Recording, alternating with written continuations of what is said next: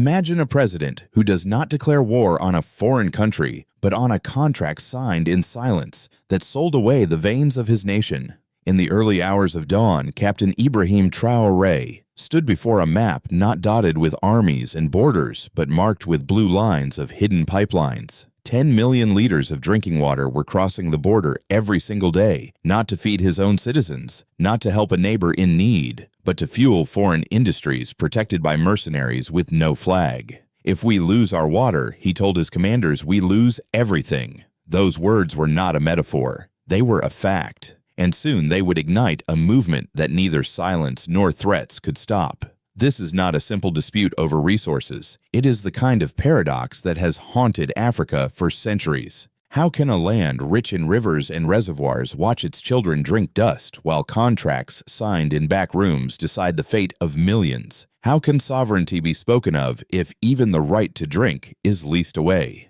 The story of water in Burkina Faso is not about infrastructure alone. It is about survival, dignity, and the right of a people to define their own future without asking permission. For decades, treaties and deals have been written that placed profit above people. Gold and lithium may have drawn signatures, but the true prize was always water, because whoever controls water does not just control land, they control life itself. And when a president like Traoré stands up to say no more, the meaning of leadership itself begins to change. So the question is not only what happened in Burkina Faso, the real question is what happens when a nation decides that silence is over? What happens when people who have been denied the most basic right finally reclaim it? Stay with us, because this is not just a water story. This is a story of survival, sovereignty, and the soul of Africa. The first warning did not arrive through television or radio. It came folded in a damp envelope carried by hand into the presidential office and placed directly before Ibrahim Traoré.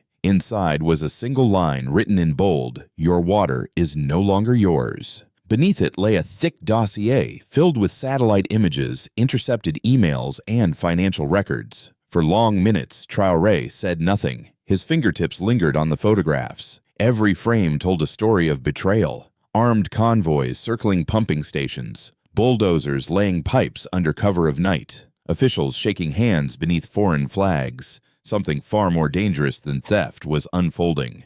The documents revealed a secret $600 million contract signed between a neighboring government and a foreign corporation whispered about for years. The deal granted control over one of the largest underground reservoirs in the region. On paper, it cost only ink. In reality, it was bleeding Burkina Faso dry. According to calculations, more than 4 million cubic meters of water were being diverted every single month.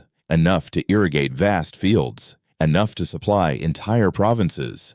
Instead, it was vanishing into hidden pipelines, redirected to fuel lithium extraction and gold mining projects outside the country. The silence was as alarming as the figures. No international headlines, no diplomatic outrage, only transactions. When Traoré asked how many people had approved this, the intelligence chief avoided his gaze. Instead, he slid across a diagram marked with blue and red lines. The truth was worse than expected. Not only had the water been stolen, it was now guarded like a battlefield. 800 mercenaries defended the sites, equipped with American rifles, French armored vehicles, and advanced drones flown in through unmarked checkpoints. Local residents were banned. Signals were jammed within 2 kilometers. The entire operation functioned like a fortress designed to hide a crime in plain sight. The betrayal reached deep inside the nation's own elite. A former interior minister, now in exile, appeared in photographs smiling beside the executives. A dismissed energy commissioner, once entrusted with national resources, had relocated to a villa on the coast of Côte d'Ivoire. These faces were not just signatures on paper. They were proof of a system that had turned thirst into profit. In the war room, silence pressed heavily on the officers gathered around the table. Traoré finally broke it. If water leaves our soil filtered and never returns, that is not supply. That is war. His words fell like a stone in still water. For generations, Africans had been told that the greatest battles were over gold oil or diamonds. But here, in a land where villages queued hours for a single bucket, the true conflict was over the most basic element of life. He did not wait for parliament. He did not ask for foreign consultants. The following morning, he walked into the press chamber carrying a single sheet signed with his name and the national seal. It was a decree allocating $300 million from the National Reconstruction Fund, a reserve quietly built after the end of dependency on the International Monetary Fund. With it, he launched what he called the Green Lifeline campaign. The plan was bold: 5 new reservoirs, 200 deep water wells, solar purification systems across 23 provinces. Military engineers, civilian technicians, and volunteer militias mobilized immediately. Within hours, convoys of trucks and drilling rigs departed Ouagadougou under armed escort. Maps were redrawn to prioritize the driest zones. Old colonial pipelines were dismantled by hand. For the first time in its modern history, Burkina Faso declared a public moratorium on foreign water operations. But Traoré knew that infrastructure alone could not defend sovereignty. Laws had to protect what pipes delivered. Within days, he signed the Water Sovereignty Act, an emergency law requiring every extraction, transfer, or sale of water to be declared and reviewed by a national commission. Any violation would trigger blacklisting and penalties 5 times the value of the deal. International lawyers gasped. Domestic companies hesitated, yet the streets erupted with cheers. The campaign advanced with unexpected speed. In Kaya, the first borehole struck clean water within weeks. In Fada, women engineers launched their own cooperative to drill community wells. In Tankogo, local guards began sleeping beside pumps under tarpaulins, not because of fear, but out of duty. Within 60 days, irrigation coverage had risen by 7%. Agricultural fields turned green again. Malaria rates began to decline. School attendance grew. Hope was spreading faster than the pipelines themselves. Still, the stakes were enormous. A single misstep could invite sanctions. A blocked reservoir could provoke conflict. The world was watching, even if its media chose silence. And the question hung over every gathering: if one nation could reclaim its water without asking for permission, what else might Africa reclaim next? The silence broke at the border. Dust rolled across the Sahel as convoys gathered on both sides of the trench that separated Burkina Faso from its northern neighbor. On one side, more than 1,000 Burkinabés stood shoulder to shoulder. Soldiers in uniform, farmers still in work clothes, teachers holding notebooks, and mothers carrying water jugs. On the other side, 800 mercenaries in helmets and balaclavas formed ranks around the fortified pumping stations. Their weapons were polished, their orders clear, their loyalty bought with contracts that had no flag.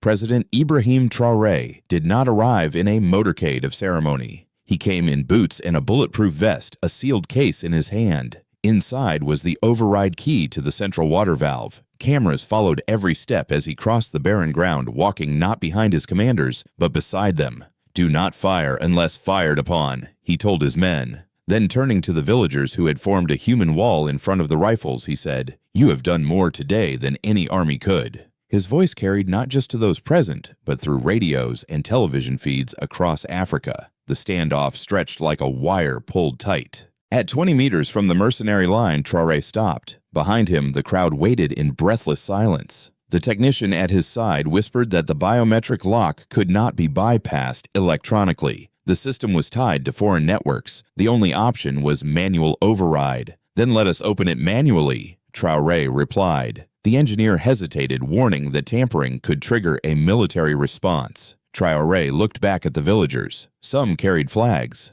Others held nothing but empty buckets. "If we do not act," he said, "collapse will act for us." The order was given. The team moved in with tools guided by satellite coordinates. Seconds dragged into eternity. Mercenaries raised their rifles but did not fire. Dust swept across the compound as the wrench turned. For a moment, nothing happened. Then a low groan shuddered through the ground. Pipes rattled, pressure surged, and, with a hiss like a breath released after years of suffocation, water burst from the old outlet pipe. Clear, cold, defiant.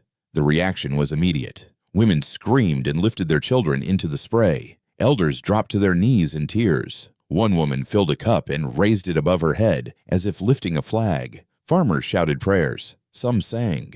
No bullets were fired. No lives were lost. Yet the balance of power had shifted. Across the globe, newsrooms scrambled to reframe the story. For months, the international press had remained silent. But the image now spreading could not be ignored. A young African president standing between hired guns and his nation's thirst with water flowing again for his people. Headlines spoke of defiance of sovereignty, of a new chapter in African leadership. In corporate boardrooms, phone lines lit up. Within weeks, 3 foreign water companies quietly withdrew their staff from Burkina Faso. One issued a statement citing instability. Another closed offices in neighboring Mali. A third attempted renegotiation but was denied. For ordinary citizens, the moment was more than a policy victory. It was a revelation. Radio stations replayed the sound of rushing water as if it were a national anthem. In Ouagadougou, children painted the word sovereignty on their water buckets. In Kaya, villagers organized their own water councils without waiting for orders. Traoré's words echoed everywhere. No man should kneel for water.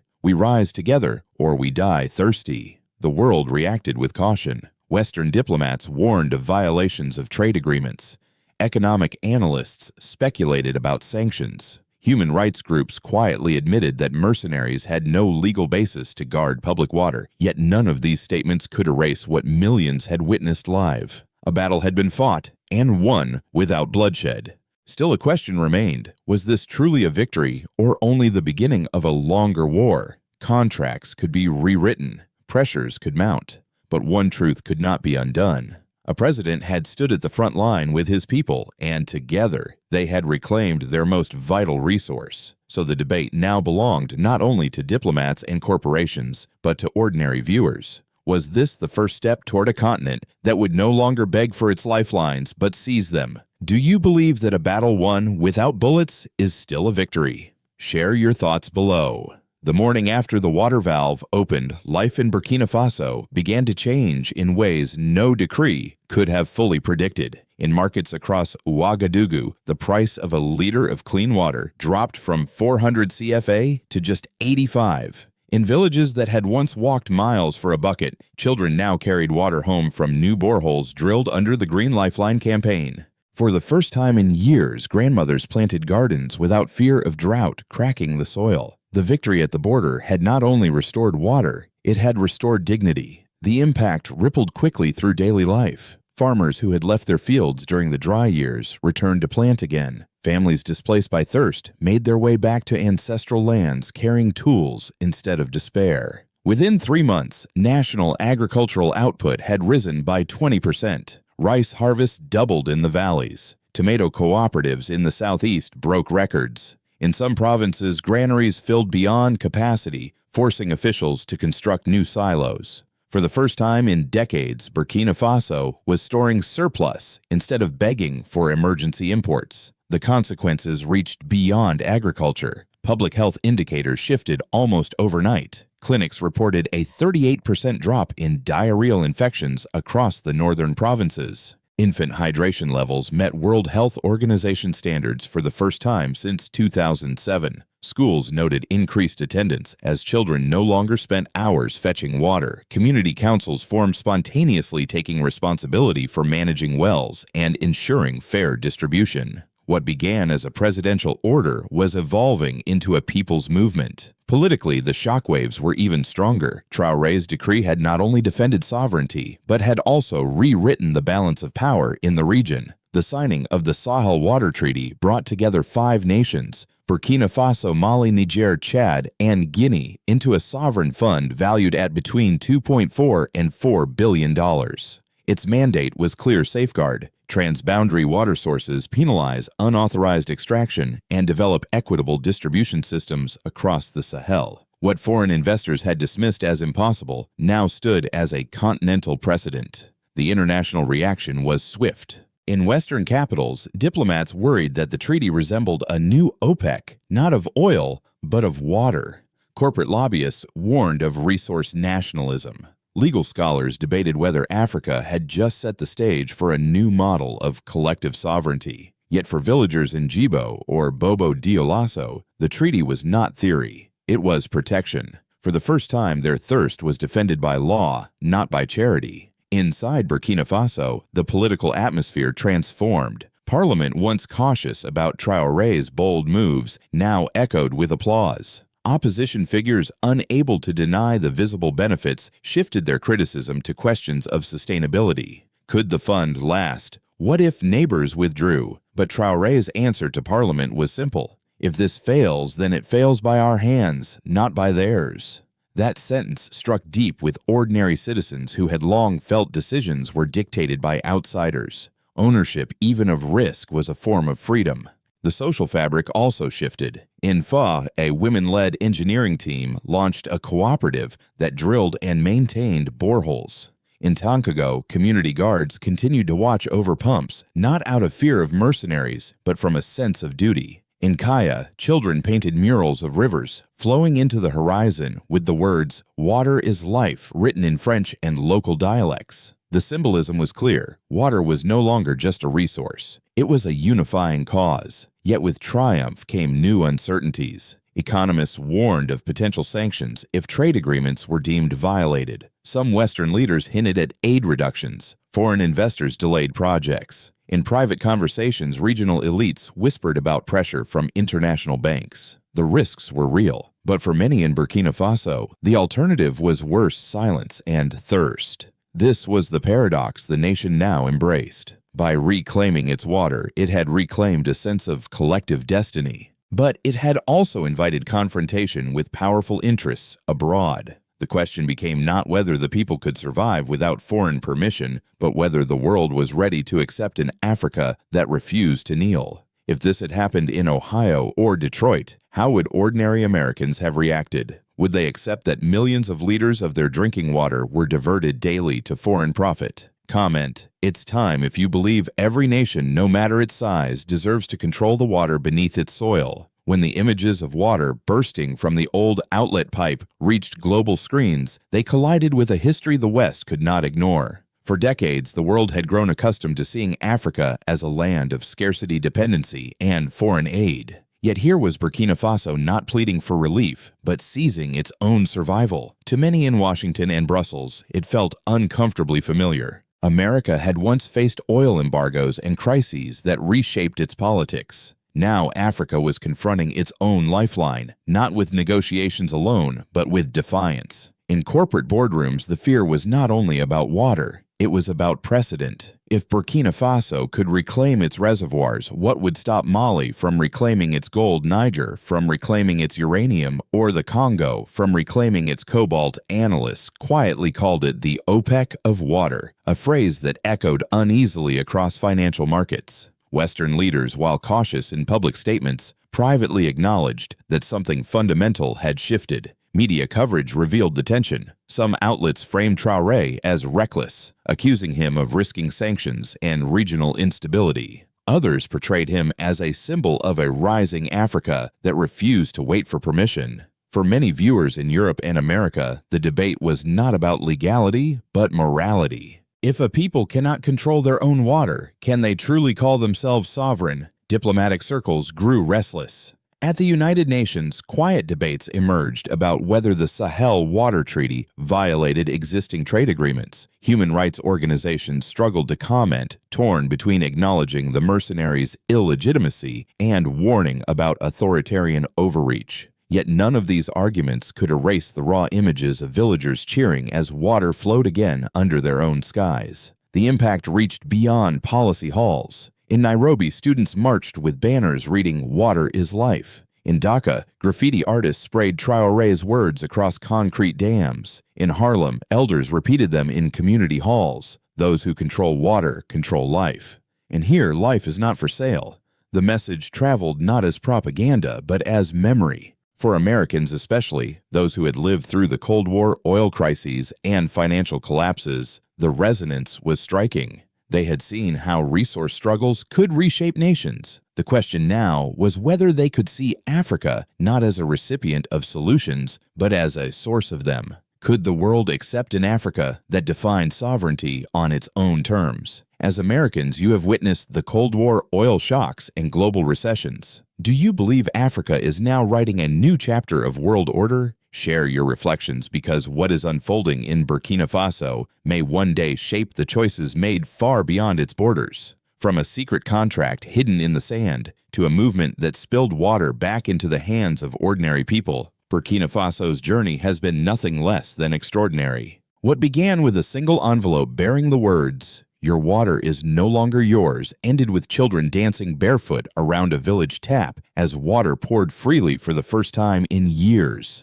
The story was never only about pipelines or treaties. It was about dignity, restored sovereignty defended, and a president willing to stand between hired guns and his people's thirst. Yet the meaning stretches far beyond Burkina Faso. When Ibrahim Traoré signed the Sahel Water Treaty with neighboring nations, he transformed a national struggle into a continental blueprint. For too long, Africa's wealth had been measured in gold, oil, and minerals controlled by outsiders. Now, water, the most basic resource of all, had become the symbol of a new kind of independence.